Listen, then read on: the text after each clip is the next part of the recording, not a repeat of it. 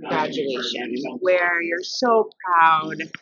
You're so, proud of yourself, proud of each other. You're happy for one another. You want to see each other succeed. You want to see them go beyond this point and have other opportunities, other moments where maybe we can see each other again down the road. And, it's such a celebration, but it's also a huge shift, this undercurrent under all of it that says, wow, we graduated. It's over now. We have to move on. And that is just, everybody can relate to that. There's a sadness there that it's that moment in time where you're just like, wow, this is the moment. It's surreal and it's happening right now. And so honestly, I'm glad I'm here with you guys. Like, this is the place to do it. If we're gonna be anywhere, it's with our fans, with people who actually love us and care for us and have been rooting for us this whole time. So San Diego Comic-Con is where it's at.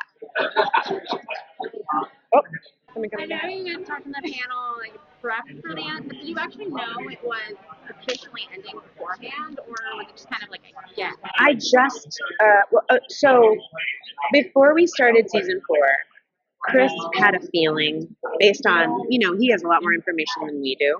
And I think from talks and understanding the money side of things and what is happening in the industry, I think he had a feeling come over him that was like, we need to treat this with the utmost sacredness and respect.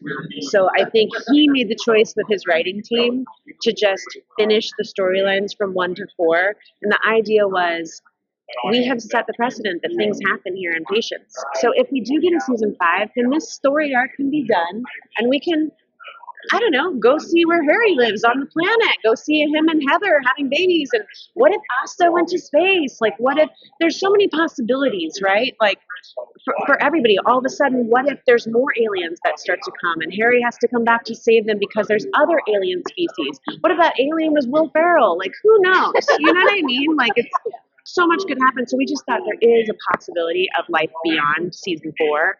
But I'm just so glad that we had the chance to end strong. Right? Not every show gets that. Not every show gets, as a writing team, as a cast. I've heard some horror stories about how you didn't even know you were done. So I'm really glad that Chris had that intuition to tell us to really appreciate the time that we were having together. Although March of this year was like a funeral every day, every set. It got to the point where it was pretty funny because we were like, this is the last time, for the first time that we'll be here for the last time. I mean, everything became a landmark. So I think we were all exhausted emotionally by the end.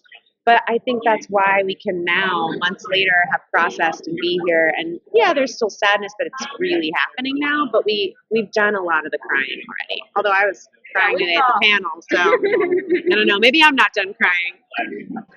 What do you miss the most about playing Asta? Not just the cast, but the character herself. Asta has taught me so much about going slow and being meaningful in her words and how she speaks to people and what she wants.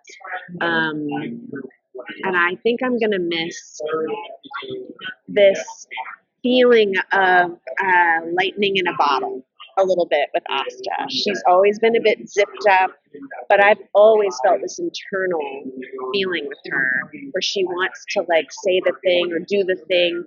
And I feel like in some ways she's unzipping now and beyond the show, who knows what's going to happen for Asta, but I love this idea that she's going to soar wherever she goes, even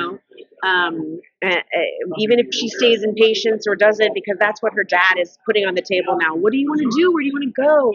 I love that idea for her. So I'm going to miss just being in the internal space with her, but I feel it's so silly. I feel so proud of her, and I'm just excited to see her let go for the first time, really in her life, and trust herself. I was gonna say, I'm sorry, I have to bail. I have another appointment. That's okay. Right now, but That's it was all right. really nice talking. Nice to meet you too. And great stuff, Mark. Yeah. In season 1, in some ways, Asta was the most relatable because she was the most flawed and dark and people pleasing and confused. But I think she got to a place where she caught her stride. Actually, this season, I think season 4.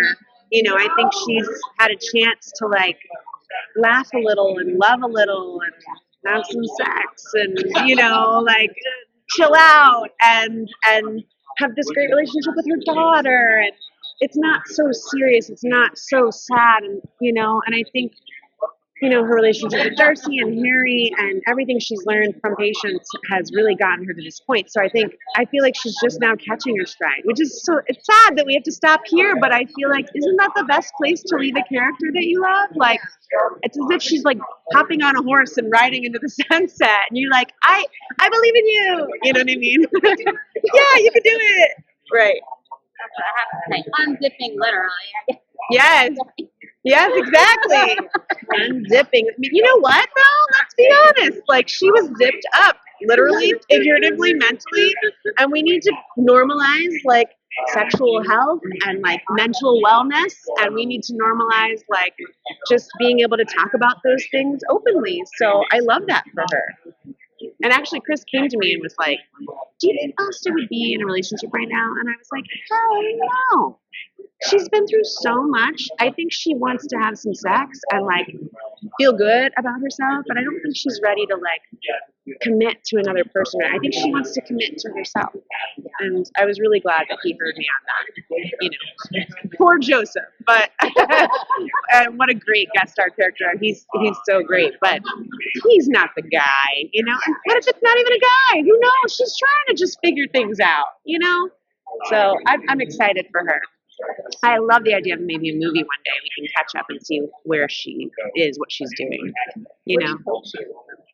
Honestly, I kind of hope she's like on a beach somewhere.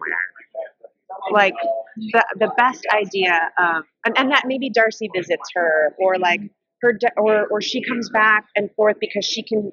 I like this idea that she's a nurse in a small town that is actually like.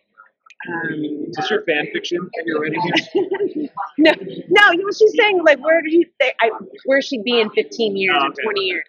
I'm just saying like maybe she'd be, maybe she would be, I don't know, in a hammock somewhere, just relaxing. Yeah. That's my hope for anybody, frankly, is that they're doing exactly what they want, when they want. Yeah, right?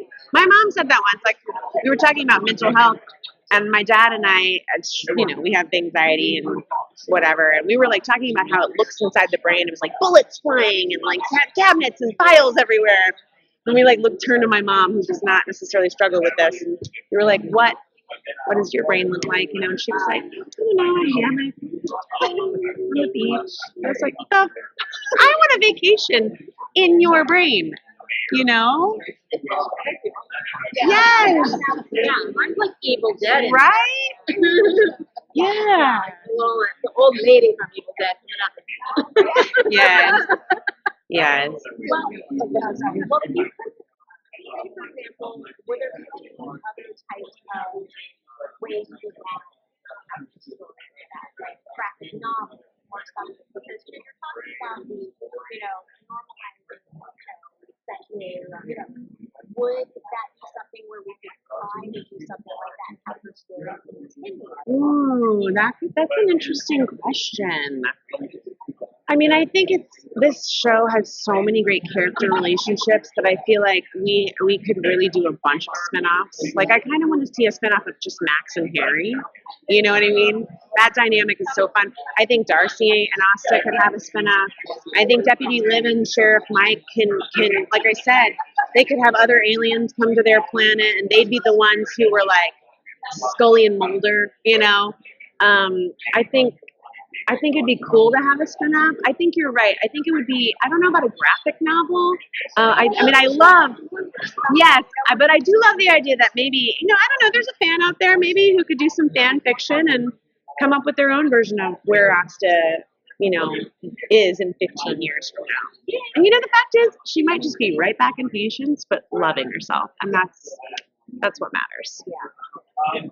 If you could sum up like the finale without stealing too much, how would you describe it? The finale is a really big, beautiful bow on every story arc. I think when you start a story and you're like, where's this going to go? How's this going to end? There's all kinds of ways it can go, but we are ultimately a comedy. We are not a drama fully. Like, if I had to lean one way or the other, we have a little beautiful balance of both, but the truth is, like, we're a comedy. So I think there's hope in that. And I think the fans are going to be happy to see resolution that makes sense for everybody. And it doesn't even necessarily mean full resolution. It's just, I think it's satisfying that, you start somewhere and then you get to somewhere and you're like, yeah, that makes sense for them. I feel like that's how I feel with friendships. Friendships, my TV characters that I love. When I get to the end of something, I'm like, oh yeah, that's how I'd want that for them right now. Yeah. If this is it, and usually it is. So, yeah. Yeah.